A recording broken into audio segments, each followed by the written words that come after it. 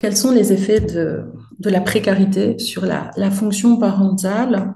Pour répondre à cette question, s'attacher peut-être à la définition alors de la précarité. Qu'est-ce que c'est être précaire? La précarité s'entend comme un phénomène multifactoriel. Il ne s'agit pas seulement de précarité financière, c'est peut-être la plus évidente, celle qu'on va mentionner le plus aisément, mais elle peut être aussi relationnelle. Être très isolé, c'est aussi être dans un contexte précaire, manquer de support. Être précaire, c'est aussi parfois manquer de mots pour nommer le monde, pour nommer ses émotions. La précarité symbolique, psychique, elle existe aussi.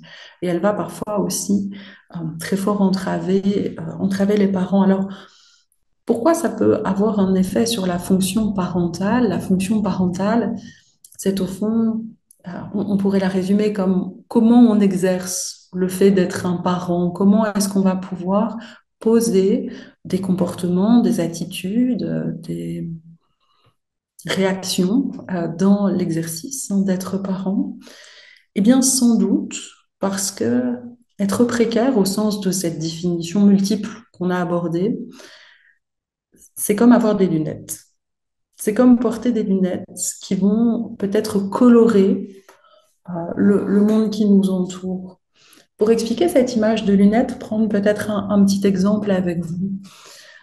J'ai en tête une famille accompagnée par un service d'accompagnement périnatal que je connais bien, qui avait du mal à s'intéresser à un bébé qui venait d'arriver dans le contexte. Ça semblait pour les professionnels un petit peu, peut-être un peu froid, peut-être pas très pensé, pas très investi autour de ce bébé.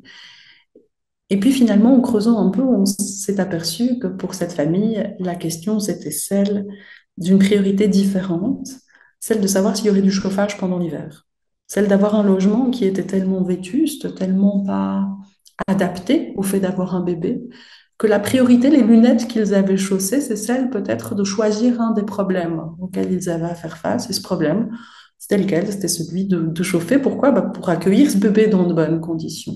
Et peut-être qu'à côté de ça, le fait d'avoir une activité de massage du bébé ou le fait peut-être d'avoir un moment où on va raconter quelque chose à son bébé, lui lire une histoire, c'était pas la priorité. Alors sans doute que ces contextes de précarité nous donnent aussi parfois en tant que professionnels l'impression de parents qui ne sont peut-être pas complètement connectés aux préoccupations, aux modèles parfois un peu idéaux qu'on a en tête. Je ne suis pas sûre qu'il s'agisse de cette question. C'est peut-être que leurs lunettes à ce moment-là ne sont pas tout à fait celles-là. Il est clair que ça entrave quelque chose de leur disponibilité à l'enfant quand les difficultés sont telles. On ne peut le nier, mais je pense qu'il ne faut pas le résumer, en tout cas, à un manque d'intérêt pour l'enfant. Et ça, c'est sans doute important d'accompagner aussi ses parents.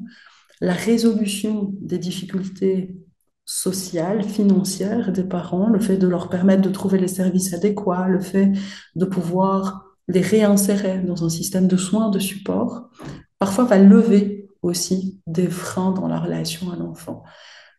Sans doute qu'on a en tant que professionnel à respecter aussi un peu ce temps-là, évidemment sans négliger le temps du bébé et le temps de son développement.